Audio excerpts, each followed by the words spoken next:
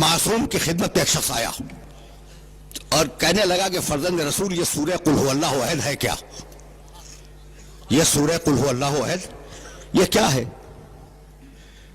بھائی سنو، معصوم نے کہا سیکونون فی آخر الزمان اقوام متعمقون، آخر زمانے میں جب زمانہ آخر ہو جائے گا تو بڑے متعمق اور گہری سوچ رکھنے والے لوگ پیدا ہوں گے، یہ سورہ اللہ نے ان کے لیے نازل کیا ہے۔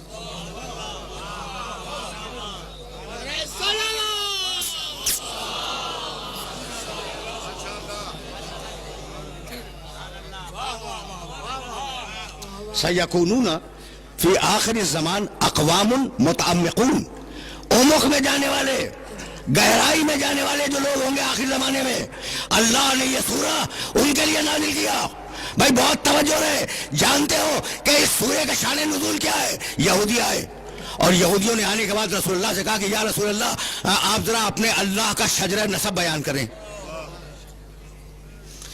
سنو اور جملوں کو یاد رکھنا، اس لیے کہ یہ جملے کام آئیں گے۔ مقام توحید پر روک کر کچھ تمہیں ہدیہ کرنا چاہ رہا ہوں میں۔ یا رسول اللہ آپ اپنے اللہ کا شجرہ نسب بیان کریں۔ شجرہ نسب جانتے ہو نا، فلاں فلاں کا بیٹا ہے، اس کا باپ تھا، اس کا دادا تھا، اس کا پردادا تھا، اس کو کہتے ہیں شجرہ نسب۔ تو آپ اپنے اللہ کا شجرہ نسب بیان کریں۔ یہ یہودیوں کے ذہن میں اللہ کے شجرہ نسب کا تصور کہاں سے آیا؟ اس لیے کہ یہودی تو خود خدا پرست تھے۔ بہت تیزی سے گزر رہا ہوں اس لیے کہ وقت بہت زیادہ نہیں ہے۔ یہودی تو خود توحید پرست تھے، یہ ان کے ذہن میں شجرہ نسب کہاں سے آ گیا اللہ کا؟ تو اگر قدیم صنمیات کی کتابیں دیکھو، یہ صنمیات کا لفظ جو ہے نا، اس کا انگریزی ترجمہ ہے مائتھولوجی، یعنی کس قوم میں کون سے بت تھے، ان بتوں کا شجرہ کیا تھا، وہ کس دیوی کے پیٹ سے پیدا ہوئے، وہ کس دیوتا کے صلب سے نکلے۔ یعنی صنمیات ہندوستان کے ہوں یا صنمیات یونان کے، اس پر مستقل کتابیں پائی جاتی ہیں، ٹھیک ہے نا۔ تو مشرکین کے پاس دیوتاؤں کے شجرے تھے، سمجھ رہے ہو بات کو؟ بہت پڑھے لکھے لوگ میرے مخاطب ہیں۔ مشرکین کے پاس دیوی، یعنی تمہیں ملے گا کہ فلاں دیوتا فلاں دیوی کے پیٹ سے پیدا ہوا تھا، تو شجرے تو تھے نا۔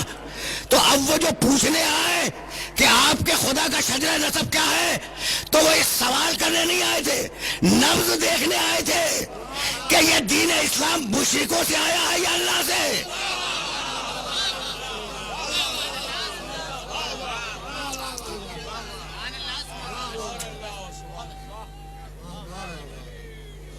سمجھ رہے ہو؟ وہ نبض ٹٹولنے آئے تھے کہ پوچھو یا رسول اللہ آپ کے اللہ کا شجرہ نسب کیا ہے۔ تو اگر انہوں نے شجرہ نسب بتا دیا تو یہ مشرکوں کی ایک نئی شکل ہوگی، اسلام شرک کی ایک نئی شکل ہوگی، اور اگر کچھ اور بتا دیا تو پھر ہم غور کریں گے۔ تو آپ کے، بھائی توجہ رہے، آپ کے خدا کا شجرہ نسب کیا ہے؟ اب جواب آیا، بسم اللہ الرحمن الرحیم، قل هو اللہ احد، کہہ دو کہ وہ اللہ، وہ کون جس کے متعلق سوال کر رہے ہو؟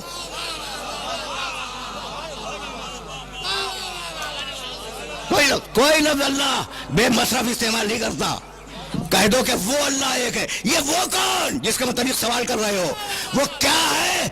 قل هو اللہ احد، وہ احد ہے، اللہ الصمد، وہ صمد ہے، لم یلد، کسی کو اس نے پیدا نہیں کیا، لم یولد، کسی سے پیدا نہیں ہوا، لم یکن لہ کفوا احد، اس کا کوئی ہمسر، اس کی کوئی بیوی، اس کا کوئی شریک نہیں ہے، احد ہے، صمد ہے، لم یلد ہے، لم یولد ہے، لم یکن لہ کفوا احد ہے۔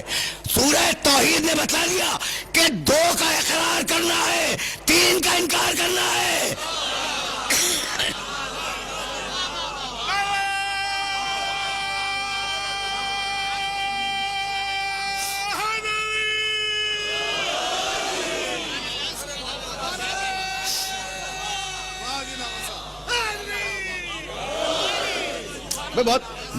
بہت سامنے کی بات ہے نا کہ قل هو اللہ احد، اللہ الصمد، وہ احد ہے، وہ احد ہے، وہ صمد ہے، دو کا اقرار کرو۔ لم یلد انکار کرو،